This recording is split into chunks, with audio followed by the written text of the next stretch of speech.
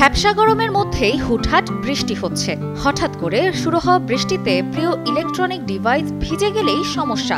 অফিসের ল্যাপটপ ভিজে গেলে তো কথাই নেই। তাৎক্ষণিক সঠিক পদক্ষেপ না নিলে ডিভাইসটি হতে পারে ক্ষতিগ্রস্ত। এমন পরিস্থিতি এড়াতে কিছু টিপস জেনে রাখা জরুরি।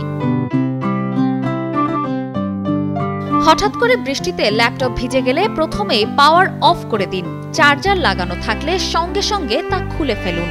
ভেজা অবস্থায় ইলেকট্রনিক সংযোগ থাকলে শর্ট সার্কিট হয়ে যেতে পারে। যদি আপনার ল্যাপটপের ব্যাটারি সহজে খোলার অবস্থায় থাকে তাহলে তা খুলে ফেলুন। পাশাপাশি হার্ড ডিস্ক, র্যাম ও অন্যান্য খোলা অংশগুলো সতর্কতার সঙ্গে খুলে আলাদা রাখুন। ল্যাপটপের বাহ্যিক ও অভ্যন্তরীণ অংশে যতটা সম্ভব পানির শুকনো কাপড় দিয়ে মুছে ফেলুন। ভেতরে পানি প্রবেশ করে থাকলে তা পরিষ্কারভাবে লক্ষ্য করুন।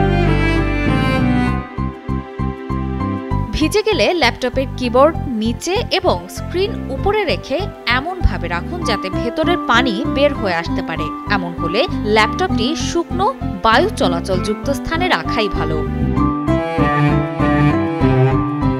অনেকেই ভেজা ল্যাপটপ হেয়ার ড্রায়ার দিয়ে শুকাতে চান। এটা ঠিক নয়, কারণ অতিরিক্ত তাপ ল্যাপটপের অংশগুলোর ক্ষতি করতে পারে। কিছু ক্ষেত্রে ল্যাপটপের ভিজে যাওয়া অংশ না খুলে ড্রাই রাইসে রেখে দেওয়া হয়।